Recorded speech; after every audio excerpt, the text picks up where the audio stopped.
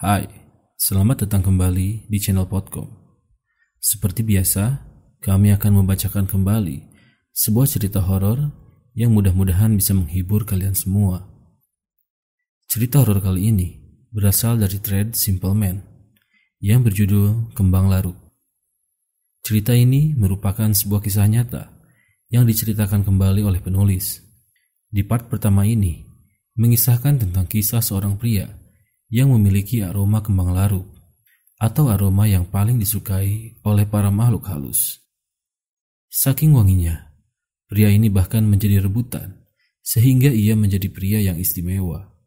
Namun ternyata, keistimewaan inilah yang menjadi sebab petaka bagi Rizky. Jika kalian ingin membaca cerita ini secara langsung, silakan kunjungi dan follow akun Twitternya, yang linknya sudah kami sertakan di deskripsi. Dan tanpa berlama-lama, mari kita mulai ceritanya.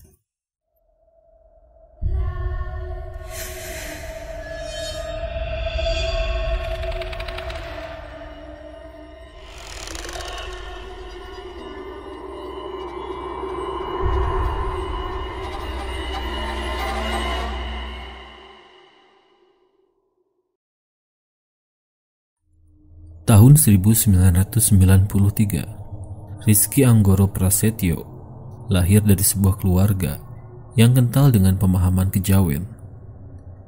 Sejak dulu, Rizky banyak dikenalkan dengan berbagai budaya Jawa lama oleh bapaknya. Sebuah budaya yang jarang sekali ditemui di tempat-tempat umum seperti wayang, ludruk, atau tari.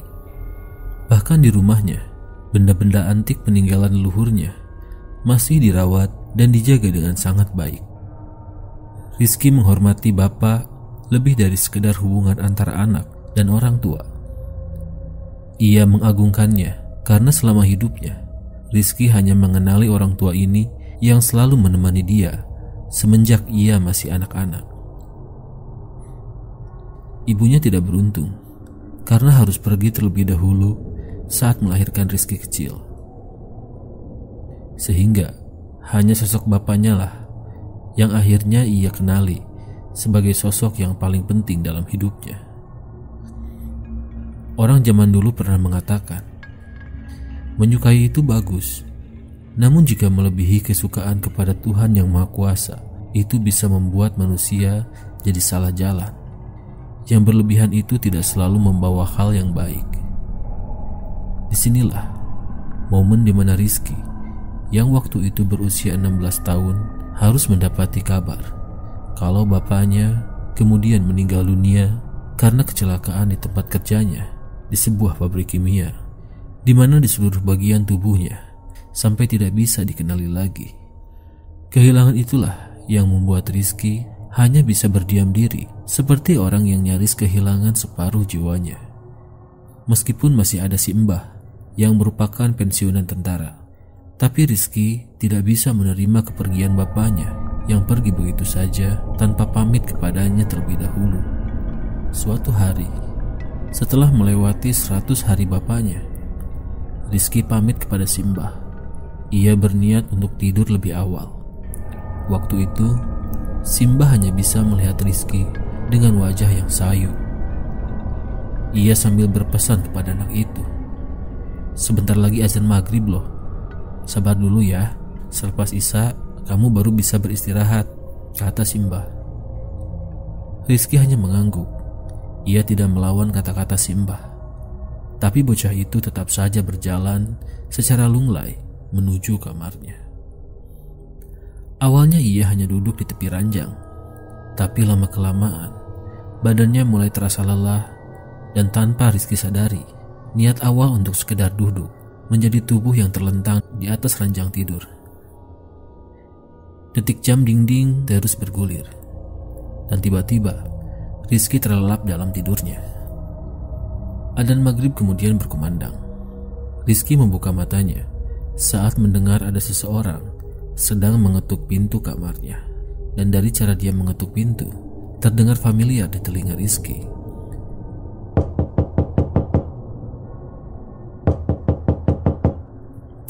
Rizky pun bangkit dari tempat tidurnya. Ia kemudian melihat seseorang yang berdiri di muka pintu sedang menatap dirinya. "Bapak!" teriak Rizky. Rupanya bapaklah yang sejak tadi mengetuk pintu. Beliau melihat Rizky sembari tersenyum, lalu berkata, "Sembahyang, Nak. Kok kamu kelihatannya ngantuk?" Waktu itu, Rizky masih setengah sadar. Ia mengangguk, lalu melewati pria parubaya itu yang sempat menepuk bahunya. Rizky lalu berwudu seperti biasa, dan setelah itu ia menunaikan sholat maghrib seperti biasanya.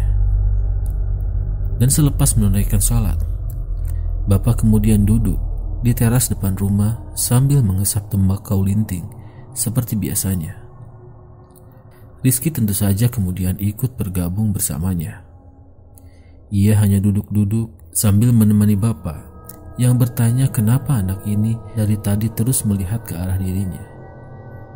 Setelah duduk cukup lama, Bapak kemudian baru mematikan tembakau yang ada di tangannya, lalu melihat Rizky dengan mimik muka yang serius. "Nah, kamu lihat itu ndak?" ucap beliau sambil menunjuk sesuatu yang ada jauh di depannya. Rizky melihat ke tempat Bapak sedang menunjuk. Sebuah jalan setapak di depan rumah di bawah pohon juwet. Di sana Rizky tidak melihat apapun kecuali jalanan yang gelap. Bapak kemudian berkata, "Itu ibumu, Nak. Ia sudah menunggumu sejak dulu." Rizky tentu saja terkejut saat itu. Berkali-kali ia melihat ke tempat itu, tapi ia tidak bisa melihat siapapun sedang berada di sana. Rasanya Bapak sedang ngelantur, pikirnya saat itu. Tapi Bapak kemudian berdiri. "Kamu gak percaya kan sama Bapak?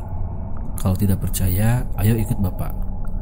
Ntar Bapak tunjukin kalau ibumu memang ada di situ." Saat itu, Rizky belum curiga sedikit pun. Ia yang belum pernah sekalipun melihat ibunya, kecuali dari foto-foto lama, kemudian ikut berdiri. Ia kemudian berjalan mengikuti Bapak yang sedang menapaki jalan menuju ke pohon juwet yang ada di depan rumah. Awalnya tidak terasa, pohon juwet yang hanya berjarak beberapa langkah saja, entah kenapa terasa sangat jauh. Selain itu, Bapak juga tidak berkata apa-apa lagi, kecuali hanya berjalan dengan langkah kaki yang semakin cepat. "Pak, kok gak sampai-sampai?" protes Rizky saat itu. Tapi Bapak tidak menjawab pertanyaan Rizky sama sekali. Beliau masih terus berjalan seperti biasanya. Hingga perlahan-lahan, suhu udara terasa semakin dingin. Pohon juwet itu juga mulai tidak nampak lagi. Rizky yang melihat Bapak masih berjalan, masih belum curiga. Sebelum mendadak, sekujur tubuh Rizky berubah menjadi tidak enak. Hatinya risau, napasnya tersengal-sengal. Kemudian, rentetan hal ganjil itu diakhiri dengan bulu kuduk yang berdiri. Rizky mulai berhenti berjalan. Ia sejenak melihat tempat ini dan mulai sadar di mana keberadaannya saat ini. Bapak yang sejak tadi memimpin kemudian ikut berhenti. Anehnya, beliau tidak langsung membalikkan badan saat berbicara dengan Rizky. "Kenapa, Nak? Kok berhenti? Itu loh, ibu ada di depan. Sedikit lagi sampai. Katanya kamu kangen sama ibu." Rizky tidak bergeming dari tempatnya. Firasatnya mengatakan kalau dia ikut berjalan, ia akan mendapati sesuatu yang sangat buruk. Melihat Rizky yang tampak ragu, sosok Bapak kemudian menoleh. Beliau melihat Rizky, kemudian melambai-lambaikan tangan ke arahnya. "Nah, kamu gak percaya sama Bapak? Sini, ayo ke tempat ibu sekarang." Rizky hanya bisa menggelengkan kepalanya. "Bapak kangen, Nak." Rizky gak kangen kalau Bapak, gak gelem meluk Bapak. kata sosok itu yang masih melambai-lambaikan tangannya. Rizky masih diam saja. Kini tubuhnya tiba-tiba merinding sewaktu ada hembusan angin yang seperti melewati dirinya. Rizky tahu di mana tempat ini. Ia mengenalinya. Jalan ini tidak salah lagi, adalah jalan yang menuju ke arah kuburan desa. Kuburan tempat orang-orang mati biasa dimakamkan. Mana saat Bapak kemudian berhenti melambaikan tangan, Rizky sudah berdiri di antara nisan-nisan tua, lengkap dengan pohon-pohon Kamboja yang ada di sekelilingnya. Kamu gak mau ikut karena Bapak, apa karena kamu sudah sadar kalau aku bukan Bapak? Setelah perkataan itu, seketika wujud Bapak menjadi wujud pocong tapi berwarna hitam yang kain kafannya benar-benar terlihat sangat kotor, seperti diselimuti oleh arang. Mulutnya rusak, dengan bola mata merah menyala. Sosok itu melayang beberapa senti dari permukaan tanah menuju ke tempat Rizky. Rizky hanya bisa beristighfar. Tapi anehnya, kaki Rizky tidak bisa pergi dari tempat itu. Ikut aku nak, Bapak sama Ibu ada di depan sana. Kamu gak mau ikut denganku ke sana, kata sosok itu. Rizky menggeleng-gelengkan kepalanya. Wujud pocong ini membaui Rizky yang sedang membuang muka. Ia tidak berani melihat sosok yang mengerikan itu. Anak ganteng, anak pinter, anak pancer kliwon, aromamu begitu wangi, wangi darah yang masih terasa manis. Ikut, ayo ikut, ikut, ikut. Rizky meraung berteriak, dan seketika ia terlonjak dengan badan yang terpelanting karena sesuatu seperti menjerat tubuhnya. Saat itulah Rizky melihat Simbah yang terhenyak di samping para tetangga yang melihat wajah Rizky dengan sorot mata yang terkejut sekaligus ngeri. Bagaimana hal itu bisa terjadi? Rizky juga merasa nafasnya terasa sulit dan tersengal. Saat itulah Rizky kemudian melihat dirinya.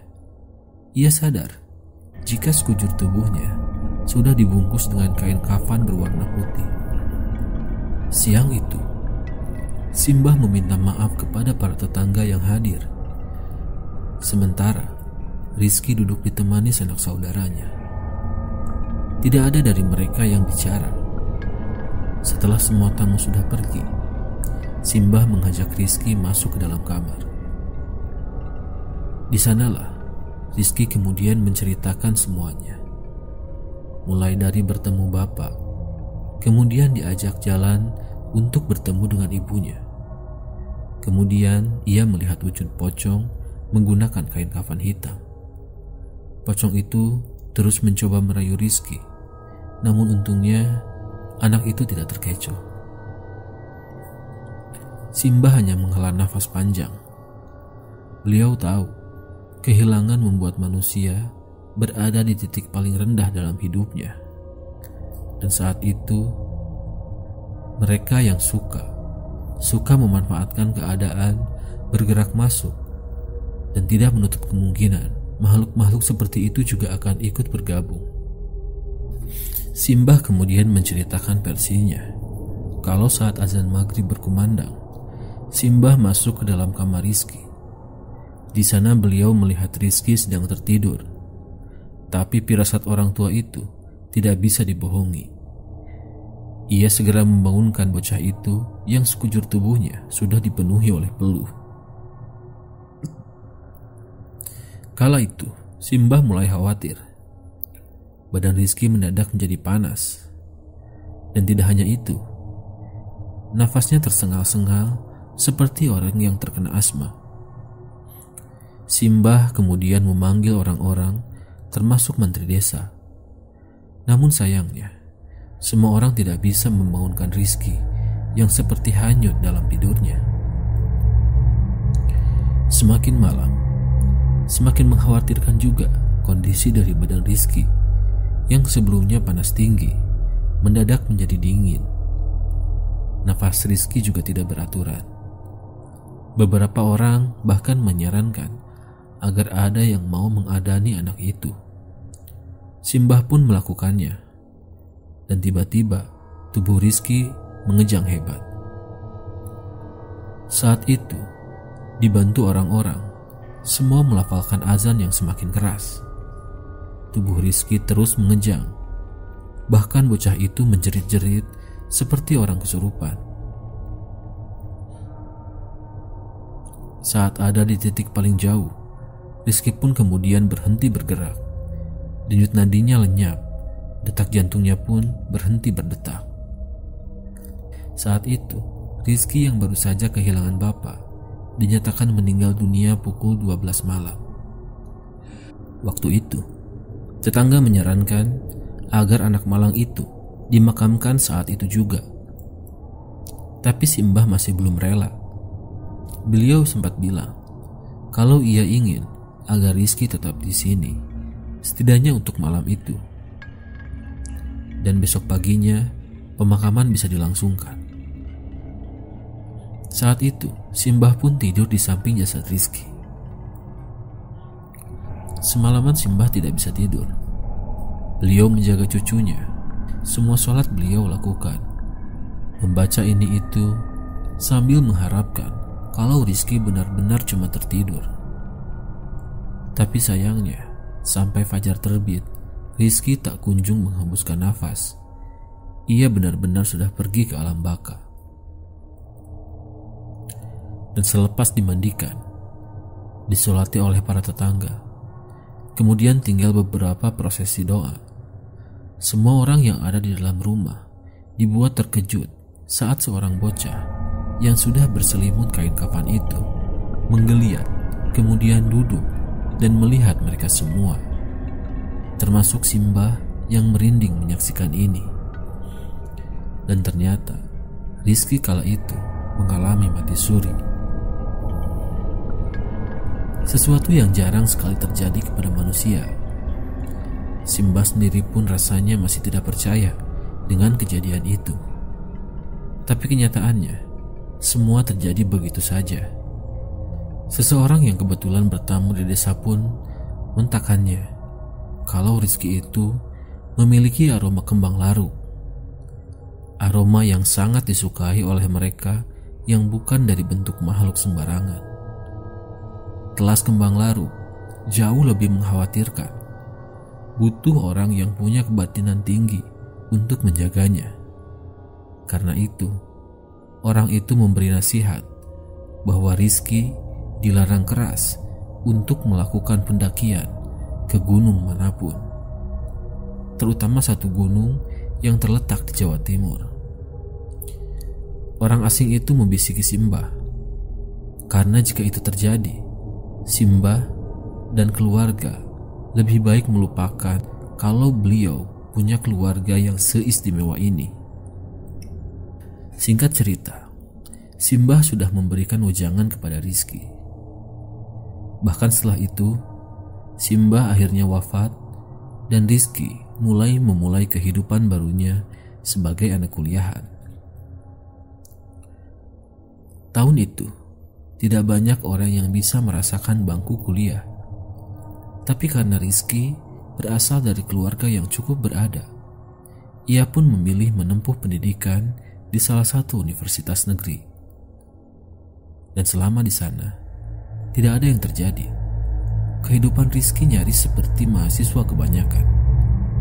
Yang tidak lain adalah kuliah, pulang, dan begitu pun seterusnya. Dan sampai suatu hari, temannya menyampaikan salam titipan kepadanya. Sebut saja teman Rizky ini bernama Koco. Koco ini teman Rizky yang paling dekat. Selain karena satu fakultas, mereka juga masih dalam satu tempat kontrakan yang sama. Pada tahun itu, belum banyak kosan. Mahasiswa pada umumnya saling berpatungan untuk langsung menyewa rumah yang bisa diisi oleh 5-7 orang. Begitu pula dengan nasib Rizky dan Koco. Siang itu, Koco memberitahu kalau ada teman perempuan dari anggota mapalanya yang ingin mengenal Rizky.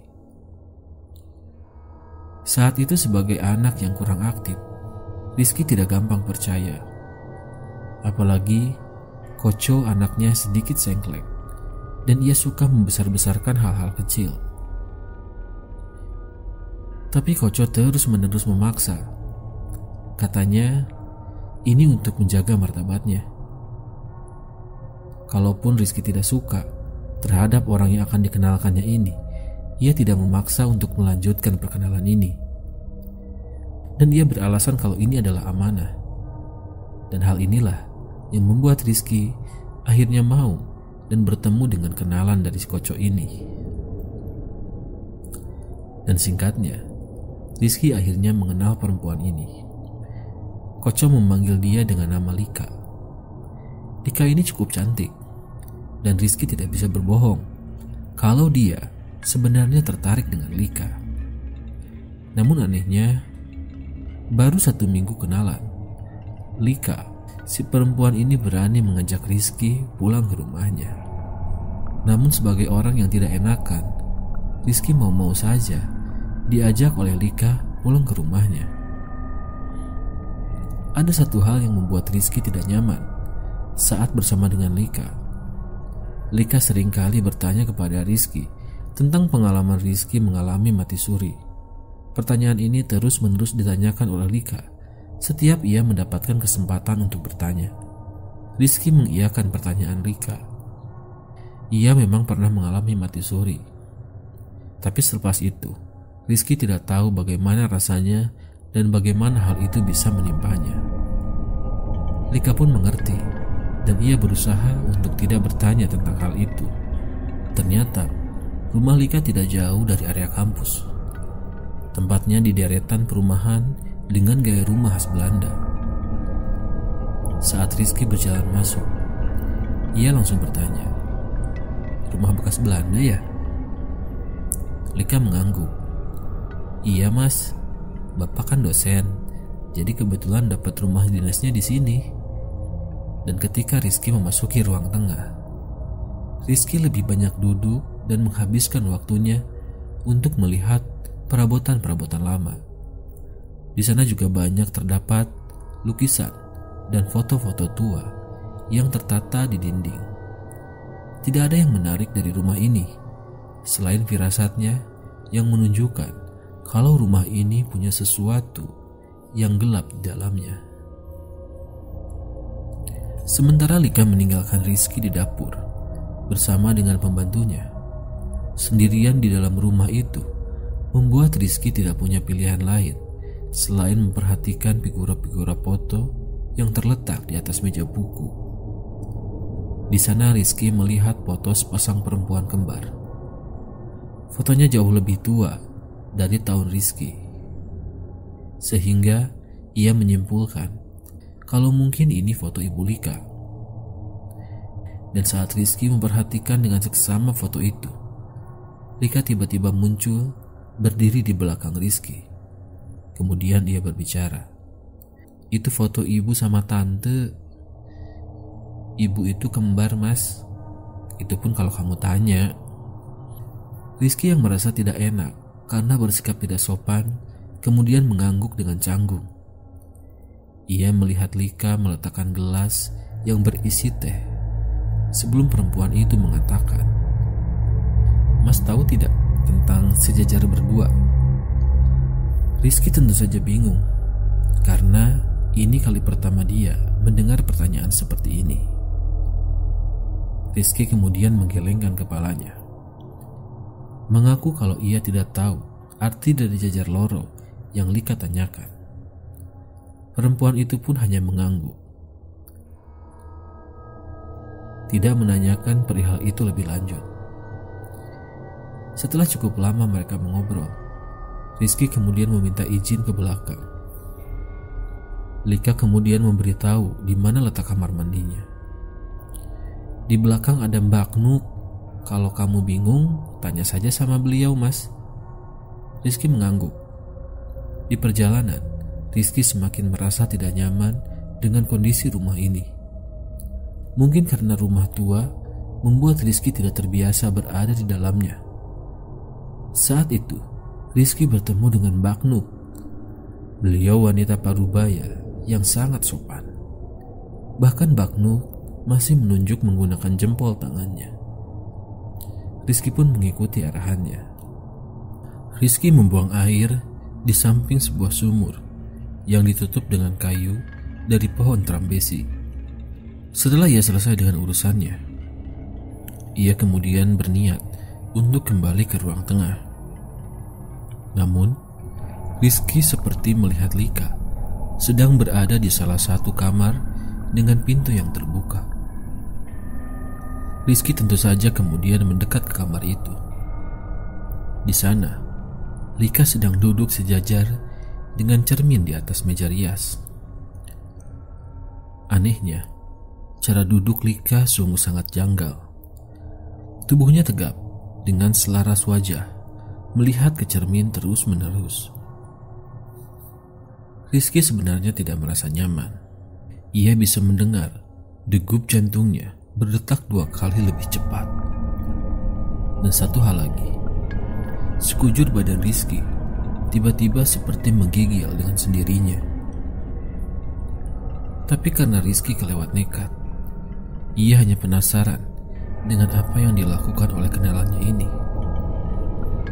Berdiri di depan pintu sendirian dengan seorang perempuan yang ia kenal sedang duduk selaras dengan cermin merupakan keadaan yang tidak mengenakan. Rizky pun berniat memanggil kenalannya ini. Namun saat itu, tiba-tiba Lika memutar tubuhnya lalu seperti dengan sengaja membelakangi Rizky. Lika, panggil Rizky saat itu. Tapi sosok Lika tidak berbalik badan. Ia juga tidak bergeming, membiarkan laki-laki ini seperti orang konyol yang hanya berdiri di luar pintu. Saat Rizky merasa mungkin ada alasan lain, Rizky berniat pergi sebelum Lika memanggilnya. Totok. Rizky seketika berhenti. Totok, kata Lika lagi. Rizky sempat bingung kenapa perempuan ini memanggil Totok. Sebelum Rizky sadar sesuatu, ia cukup mengenal dialek-dialek lawas. Totok adalah panggilan noni Belanda kepada laki-laki pribumi. Rizky yang berdiri di depan pintu melihat Lika atau yang menyerupai dirinya menoleh, tapi dengan cara yang sangat pelan. Anehnya bagian badannya tidak bergeming atau ikut memutar. Hanya kepalanya saja yang kemudian menyeringai melihat Rizky. Dan saat itulah pintu kamar ditutup oleh Mbak Nuk. Mas, kamu itu mengerti apa tidak sih? Tidak sopan jalan-jalan di rumah orang kalau tidak punya kepentingan, kata Mbak Nuk. Rizky sempat menuju ke pintu kamar, tapi Mbak Nuk mengantar Rizky kembali. Dan setibanya di ruang tengah, Lika yang sama, baju yang sama, sedang duduk seperti orang yang sudah menunggu Rizky sejak tadi. Rizky tidak berbicara apapun, begitu juga Mbak Nuk yang langsung berjalan pergi. Suasana saat itu mendadak menjadi canggung. Dan kemudian Lika mengatakan sesuatu. Mas, aku sama Koco juga sama anak-anak yang lain mau mendaki. Kamu mau ikut gak, Mas? Entah kenapa aku kok ingin kamu ikut ya. Mau ya? Entah kenapa Rizky tidak bisa menolak ajakan dari perempuan itu, terutama selepas dia menenggak teh yang ada di depannya. Mau ya, Mas? Soalnya aku maksa loh ini, kata Lika. Rizky kemudian bisa melihat jika di belakang Mbak Nuk sedang melotot ke arahnya dengan tanpa alasan yang jelas. Rizky pun mengangguk kepada Lika. Meski tidak berucap dengan lisan, tapi itu cukup membuat perempuan itu mengangguk kemudian tersenyum. Ya, untuk pertama kalinya Rizky akan mendaki gunung.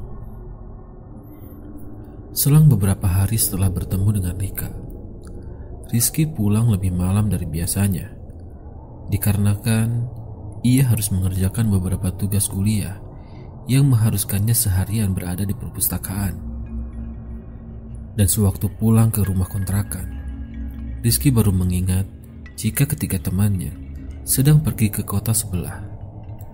Katanya mereka ingin membuang stres sebelum memulai ujian akhir semester. Itu berarti yang ada di kontrakan saat ini adalah Koco seorang diri. Dengan menenteng tas, Rizky mengambil kunci dari kantung celana jeansnya. Ia mendorong pintu, lalu ia terhenyak sejenak ketika mendapati suasana rumah kontrakan yang terasa sangat berbeda. Entah karena lampu yang masih dalam keadaan mati, atau karena hal lain yang Rizky tidak ketahui. Selain itu, udara malam ini juga terasa lebih lembab dari biasanya. Rizky mencoba untuk tidak mempedulikan hal itu, karena di dalam kepalanya, Rizky hanya berpikir, mungkin saja Koco sedang pergi keluar, makanya rumah nampak seperti ini.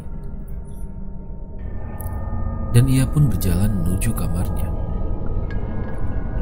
Kamar tempat Rizky tidur berada di sebuah ruangan yang berada jauh di sudut dekat anak tangga yang ada di lantai 2. Tak ada pikiran apa-apa di dalam benak Rizky, kecuali dia hanya ingin meletakkan tas miliknya kemudian pergi untuk mandi.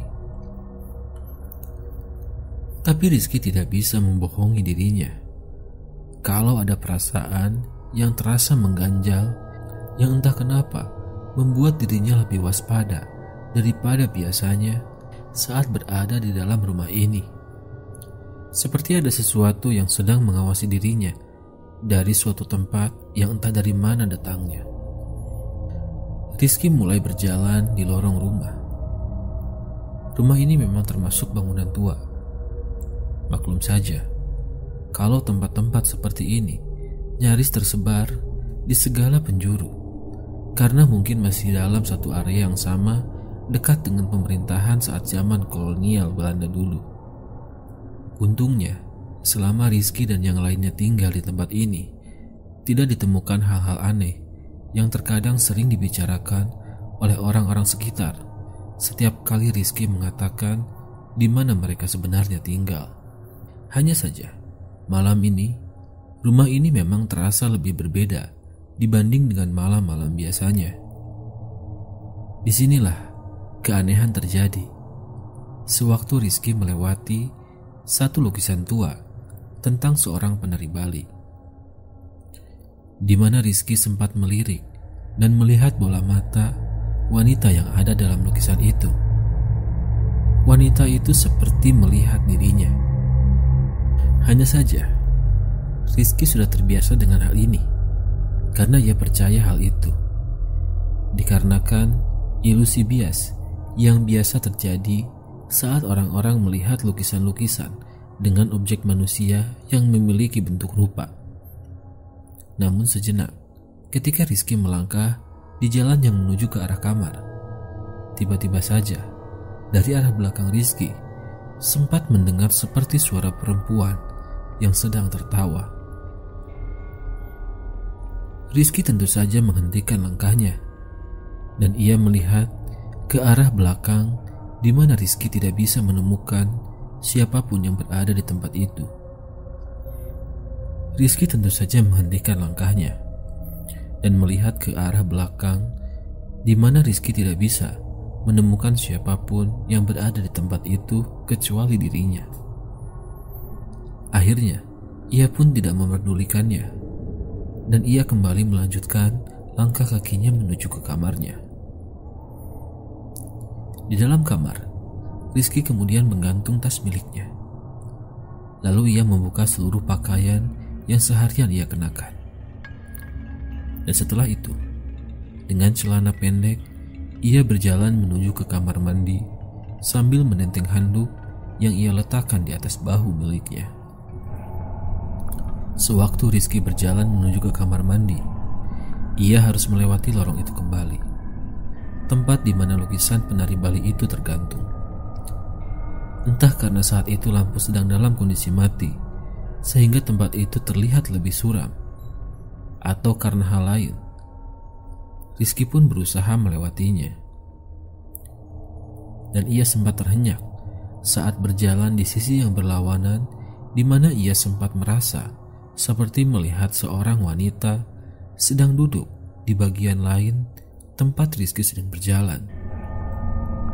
Tapi anehnya, ketika Rizky menoleh dan memperhatikan dengan seksama, ia tidak melihat apapun kecuali kursi-kursi yang kosong yang ada di depan meja makan. Sialan, mikir apa aku ini? Batin Rizky yang benar-benar tidak habis pikir dengan apa yang sedang ia rasakan.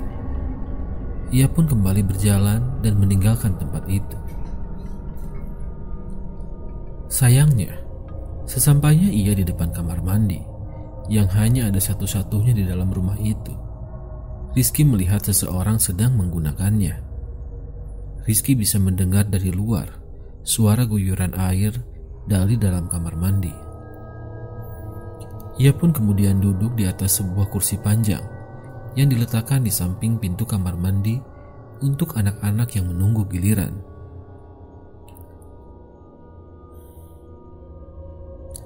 Kamar mandi sendiri berada di tempat yang paling dalam, di samping area dapur.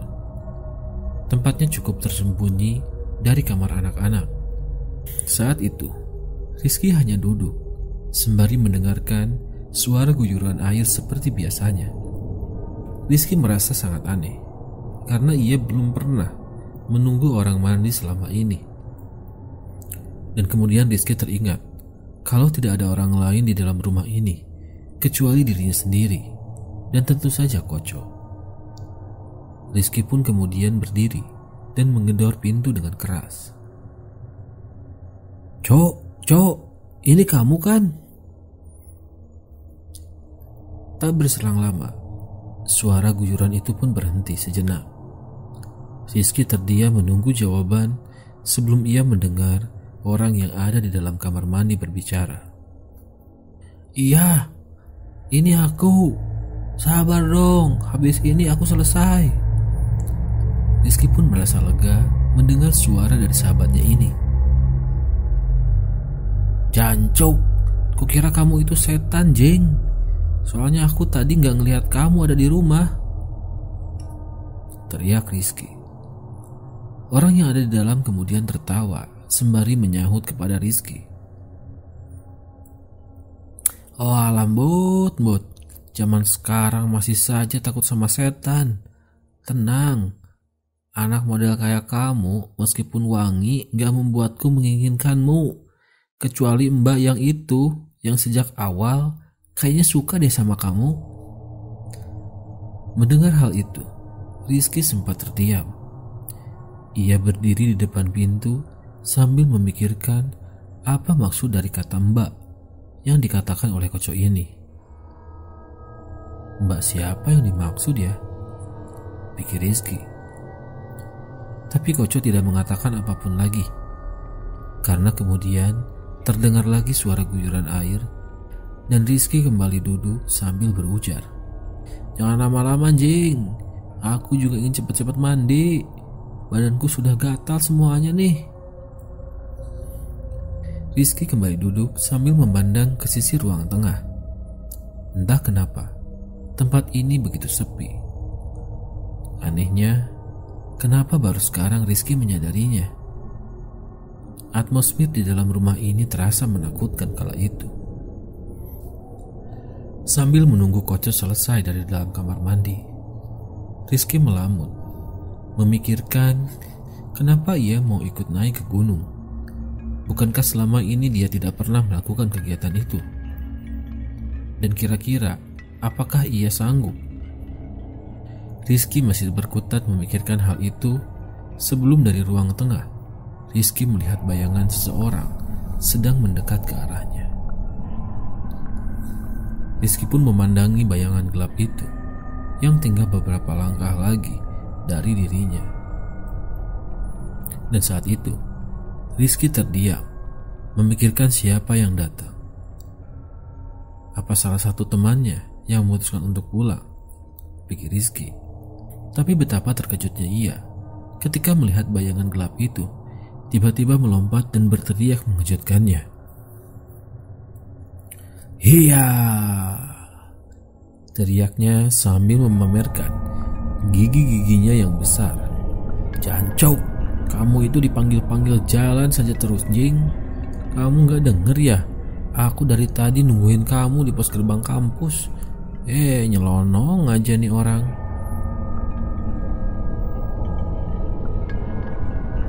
Rizky termangu terdiam. Ia melihat Koco sedang berada di hadapannya. Entah kenapa, Rizky bahkan sampai tidak tahu apa yang bocah ini sedang bicarakan, karena telinganya mendadak seperti orang yang tuli. "Woi bangsat, kamu itu kenapa? Kamu dengar aku apa enggak sih?" Rizky masih diam, mencoba mencerna isi kepalanya, sebelum ia sadar dan berjalan menuju mendorong pintu kamar mandi.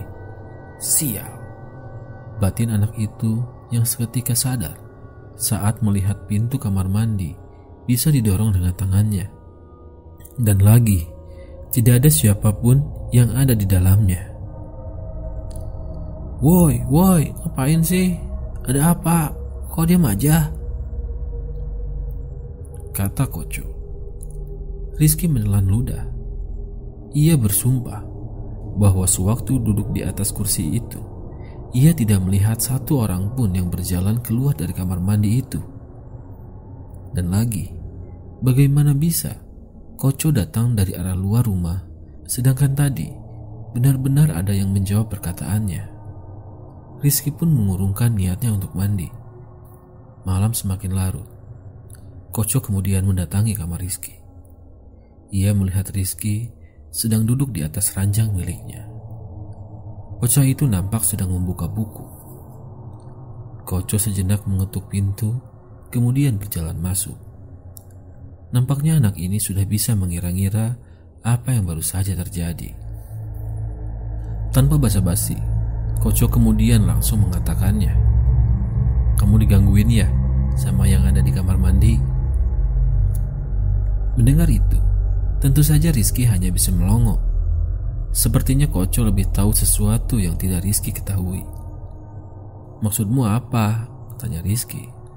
"Enggak, kamu loh kayak begitu reaksinya. Kamu digangguin sama yang jaga rumah ini," kata Koco. Tidak lagi bisa berbohong, Rizky kemudian menceritakan semuanya. Koco hanya bisa memanggut-manggut. Ia tidak banyak berkomentar.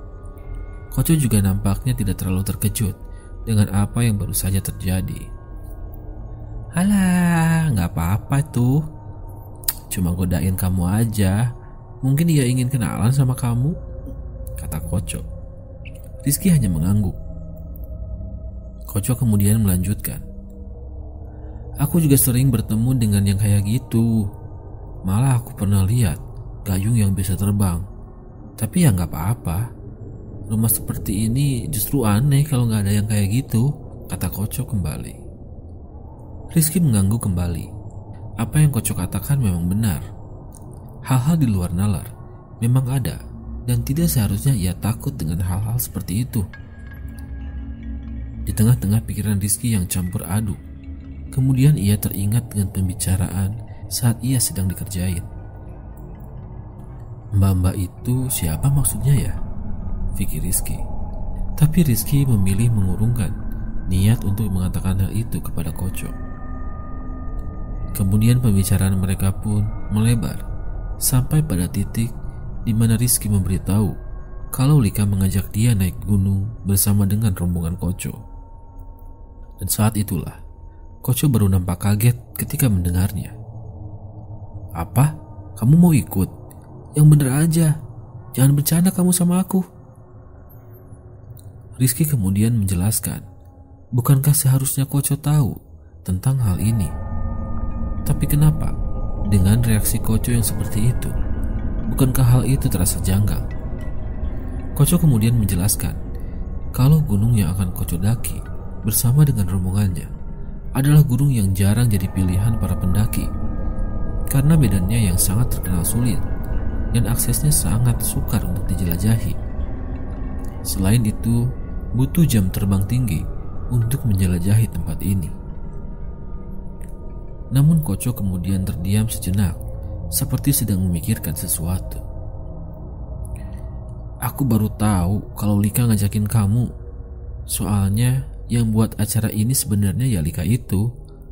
Malah ayahnya mau menanggung semua biayanya. Rizky semakin yakin kalau ada kejanggalan dengan pendakian ini.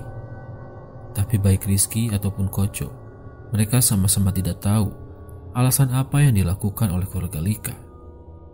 Rizky hanya terdiam saja. Ia ingat jika Lika mengatakan kalau ayahnya adalah seorang dosen. Terus kamu ngomong iya sewaktu dia nawarin kamu? Tanya Koco. Rizky mengangguk. Koco nampak khawatir. Kemudian ia mengatakan sesuatu kepada Rizky. Naik gunung itu tidak mudah loh Riz. Gak kayak kamu tinggal jalan saja seperti biasa. Kalau orang belum pernah naik gunung, harusnya dimulai dengan gunung yang pendek-pendek dulu. Gak harus langsung ikut ke pendakian yang ini. Aku sarankan kamu urungkan niatmu deh. Karena kamu gak akan ngerti kalau di gunung manusia bisa menjadi orang yang berbeda loh. Terang Koco. Rizky kurang mengerti apa yang coba Koco sampaikan kepadanya. Tapi jika ia membatalkan pendakian itu, rasanya mau ditaruh di mana mukanya saat berhadapan dengan Lika. Lagi pula entah kenapa, Rizky yang biasanya kurang memperdulikan perasaan orang lain bisa begitu takut membuat Lika kecewa. Rizky kemudian berujar kepada Koco kalau jauh di dalam hatinya memang ada keinginan, setidaknya untuk sekali ini saja ia ingin melakukan pendakian ini. Jadi dia bisa merasakan perasaan Koco yang biasa dia ceritakan kepadanya. Lagi pula, kegiatan ini bisa menambah pengalaman Rizky. Koco sebenarnya tetap tidak sependapat dengan Rizky. Bagaimanapun, mendaki gunung itu berbeda. Tapi ia juga tidak mau jika harus melarang anak itu untuk merasakan sensasi mendaki dan tertawa puas saat sampai di puncak. Ia kemudian mengurungkan niat dan berpesan kepada Rizky. Besok, mulai lari-lari kecil saja tiap pagi. Latih pernapasan. Gunung itu tidak seramai yang orang-orang pikirkan. Selepas mengatakan hal itu, Koco kemudian pergi meninggalkan Rizky seorang diri di dalam kamar, yang entah kenapa membuatnya masih termangu, diam sendirian. Malam sudah larut. Rizky sedang terlelap dalam tidurnya. Sebelum tiba-tiba ia mencium aroma dari kembang yang sangat wangi. Aromanya asing, tapi rasanya Rizky pernah mencium aroma ini. Tidak salah lagi, katanya dalam hati. Aroma ini adalah aroma dari kayu cendana. Meskipun mulai membuka matanya, di tengah kegelapan kamar, ia merasakan kalau tidak jauh dari tempatnya berbaring, terlihat seseorang sedang dalam posisi bersimpuh. Sosoknya terlihat begitu jelas, tapi Rizky bisa melihatnya kalau sosok ini adalah seorang wanita. Rambutnya panjang tergerai sampai menyentuh lantai. Posisinya bersimpuh membelakangi Rizky. Rizky yang masih belum sepenuhnya sadar nampak terhenyak di atas tempat tidurnya. Ia memandang pada bagian kepalanya seperti ada sesuatu yang berkilau kekuningan, seperti sebuah mahkota yang anehnya terlihat familiar bagi Rizky. Anak itu nampak bingung, apakah dia dalam kondisi bermimpi atau sudah terjaga. Selain itu, aroma wangi dari kayu pohon cendana nampaknya berasal dari sosok wanita yang ada di hadapannya ini. Rizky pun berusaha bangkit dari tempatnya sedang tidur. Tapi tiba-tiba, sosok yang masih terlihat samar-samar itu berkata dengan suara yang sangat lembut, "Tetaplah di situ." Rizky menyadari, mungkin sekarang dia dalam kondisi terjaga. Kalau begitu, siapa perempuan asing ini? Aku menyarankan kamu tidak perlu pergi hanya untuk menuruti keinginan dari orang yang sedang memanfaatkanmu. Katanya. Suaranya terdengar begitu lembut, namun terasa dingin. Kamu tidak pernah tahu ada apa saja di gunung itu. Kamu juga harus tahu kalau kamu itu istimewa. Dan yang istimewa biasanya menjadi rebutan. Ini bukan perkara siapa yang nanti akan mendapatkan kamu, tapi perkara dusta yang diselimuti nafsu pribadi dari orang yang tidak memikirkan perasaan orang lain. Urungkan ya, urungkan, urungkan, teriaknya dengan suara tinggi. Rizky bisa melihat sekilas wajah wanita itu, dan seketika ia menyadari kalau sosok yang sedang bersimpuh di hadapannya itu memiliki perawakan yang sama dengan wanita yang ada dalam lukisan penari Bali. Di pagi harinya, Rizky terbangun dengan kepala yang terasa sakit. Ia tidak bisa membedakan lagi apakah semalam ia bermimpi ataukah hal itu memang terjadi. Entahlah, tapi mengenai pesan itu, rasa-rasanya ada bagian di dalam hatinya yang juga ragu dengan pendakian ini. Niat hatinya selepas matahari sudah bergerak naik, ia akan pergi ke rumah Lika untuk mengatakan kalau dia tidak bisa ikut dalam pendakian ini, dan ia berharap semoga saja Lika mengerti. Sewaktu Rizky berjalan di lorong rumah, Rizky berusaha menghindari kontak mata dengan lukisan penari Bali itu. Tapi nampaknya hal itu sulit dilakukan, karena meskipun Rizky mengalihkan pandangan itu, ia sempat melihat ke arah bola mata wanita yang ada di dalam lukisan. Wanita itu seperti sedang tersenyum kepadanya. Dan singkat cerita, Rizky sampai di rumah Lika saat matahari ada di atas kepalanya. Ia pun memarkirkan motor miliknya yang diparkir di halaman depan di bawah pohon jambu. Ia pun sempat melihat ke arah pintu rumah. Yang anehnya, Lika seperti tahu akan kedatangannya. Lika pun tersenyum menungguinya. Setelah memarkirkan motor, Rizky mendekat dan Lika menyambutnya. "Monggo mas," katanya. Rizky bingung. Aneh sekali, tubuhnya seperti menolak keras untuk mengatakan maksud kedatangannya. Dan lebih aneh lagi, di atas meja sudah tersaji teh yang sama seperti sebelumnya. Dan sekali lagi, Mbak Nuk melotot dari ruang seberang. Lika pun mendorong Rizky agar meneguk teh itu.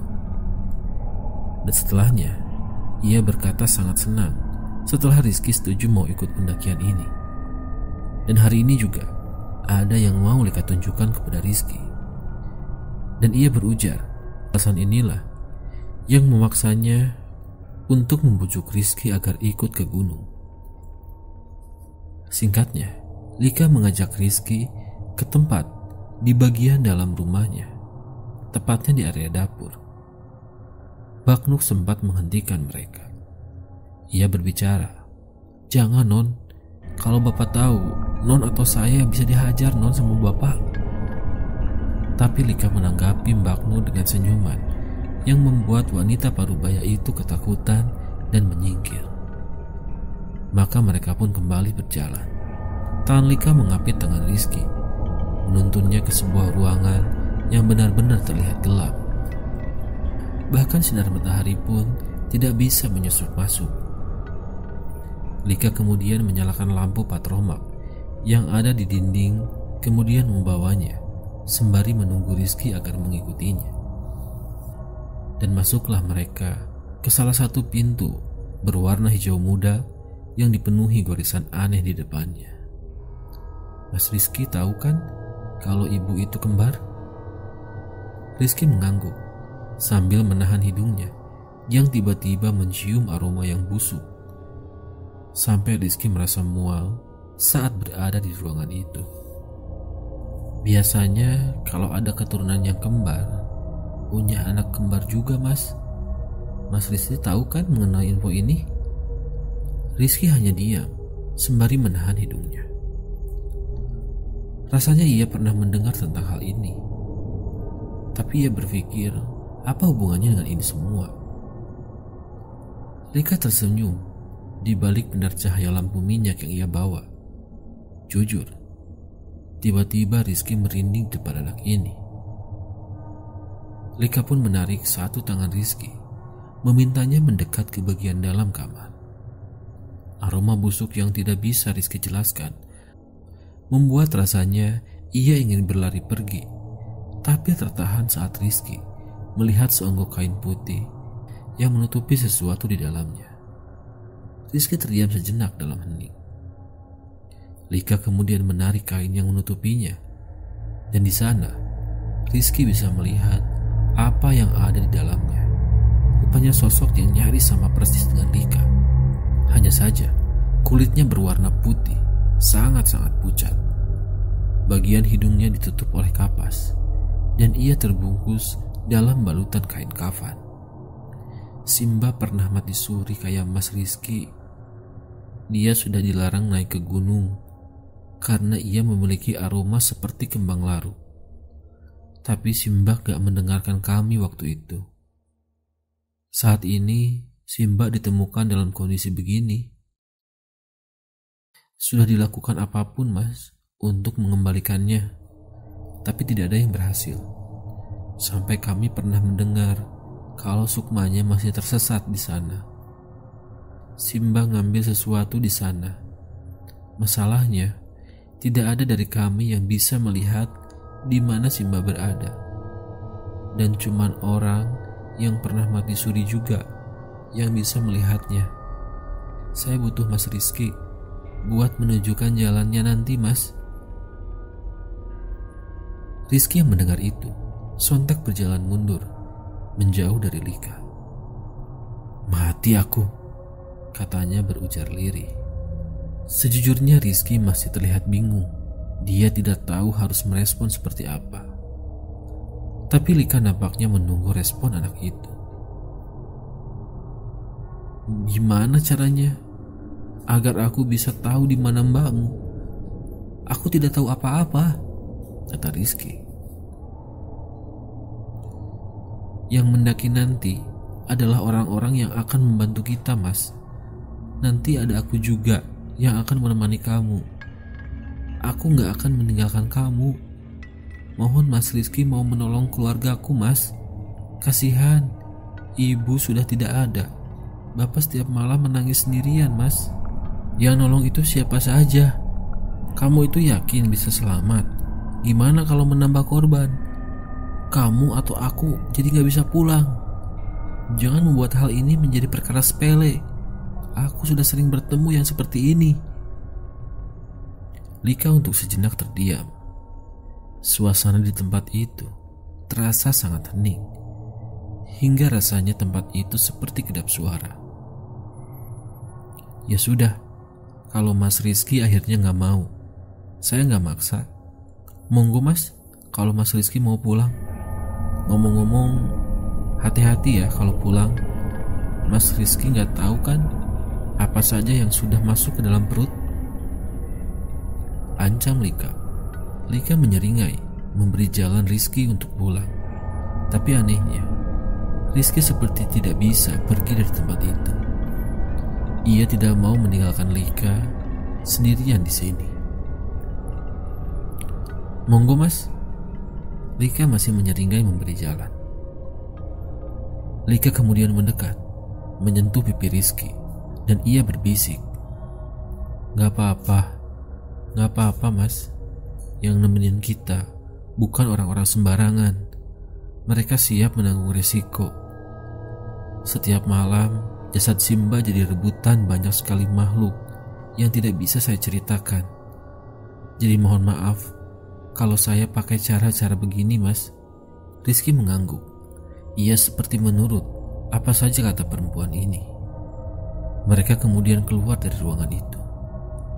Dan setelah meninggalkan ruangan itu, Rizky terhenyak melihat seorang pria tua yang mengenakan kacamata. Kulitnya sawo matang dan menatap Lika serta Rizky dengan sorotan mata yang tidak bisa ditebak. Rizky menyadari mungkin beliau inilah bapak dari Lika. Awalnya dia kira orang ini akan menolong Rizky, tapi kemudian ia berkata kepada Lika, "Semua yang kamu butuhkan sudah bapak persiapkan. Hati-hati ya, bapak hanya bisa mendoakan kalian," kata bapak itu.